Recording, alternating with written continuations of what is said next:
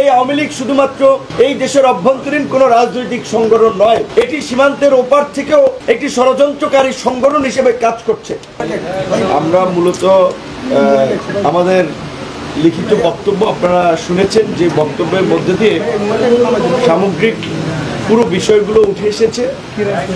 আমরা দীর্ঘদিন ধরে, বিশেষ করে এই 5ই আগস্টের পর থেকেই আমরা এই ফ্যাসিবাদী আওয়ামী লীগ এবং তার দোসরদের নিষিদ্ধ করা, তাদের সম্পদ বাজেয়াপ্ত করা, একই সাথে গত 16 বছরে যারা অবৈধ এবং লুটপাটের মাধ্যমে জনগণের রক্ত চুষে সম্পদ করেছে, সেই সম্পদও বাজেয়াপ্ত করে এই গণ অভ্যুত্থানে এবং গত 16 বছরের গুম খুন রাজনৈতিক নিপীড়নে ক্ষতিগ্রস্তদের পুনর্বাসনে ব্যয় করার জন্য আমরা সরকারের প্রতি আহ্বান জানিয়েছি।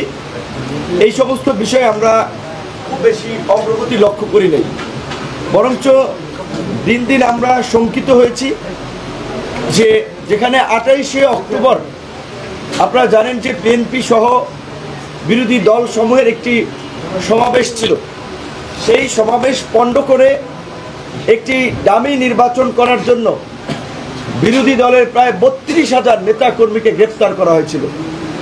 আমরা খুব আশ্চর্যজনকভাবে লক্ষ্য করছি যে গত এই 5ই আগস্টের পর এখন পর্যন্ত আওয়ামী লীগের 32,000 তো দূরের কথা, 3200 নেতাকর্মীকে ওইভাবে গ্রেফতার করা হয় নাই, যার ফলে এই গণ অভ্যুত্থানের অংশীজনদের উপরে নেতৃত্ব দানকারী বিভিন্ন ছাত্র নেতা, জননেতা, তাদের উপরে হামলা হচ্ছে।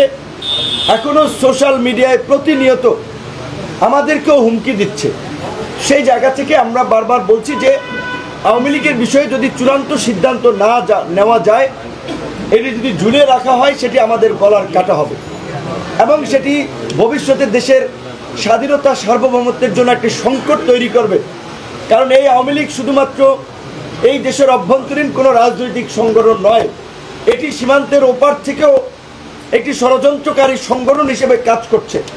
গত 9 মাসে আপনারা দেখেছেন বাংলাদেশকে কিভাবে অস্থিতিশীল করার জন্য নানান ধরনের প্রোপাগান্ডা, নানান ধরনের স্যাবোটেজ তারা করেছে।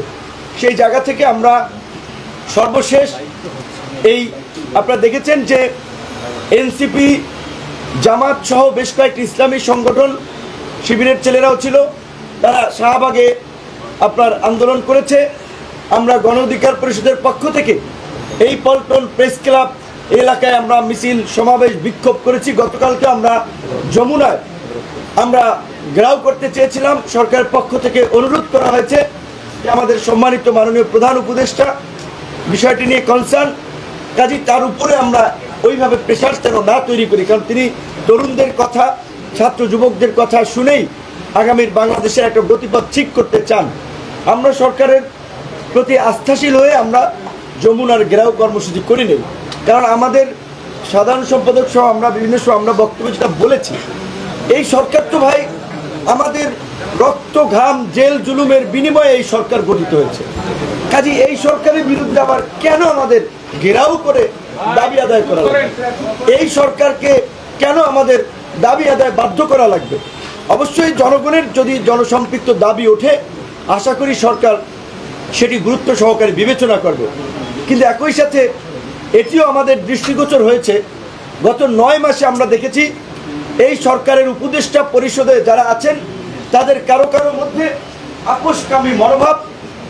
বিদেশি দূতাবাসে 1জন নয় 3জন গিয়ে গোপন মিটিং করে, তার কয়েকদিন পর দেখি করিডোর দেওয়া হয় এবং আওয়ামী লীগের পুনর্বাসনের সিদ্ধান্ত নেওয়া হয়।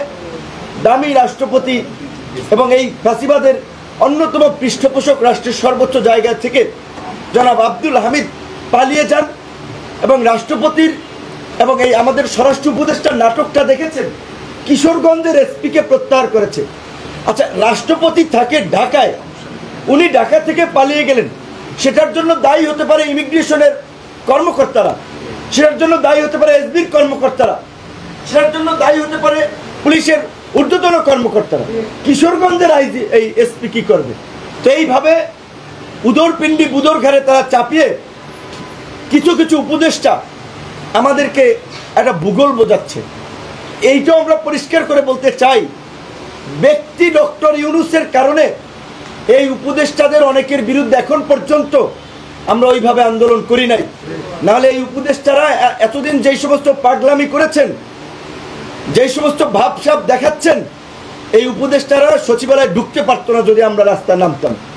কাজে আমরা শুধুমাত্র ডক্টর ইউনূসের মতো একজন ব্যক্তি জাতির এই সংকটে তিনি ক্ষমতা নিতে চান নাই, আমরা তাকে রাজি করিয়েছি।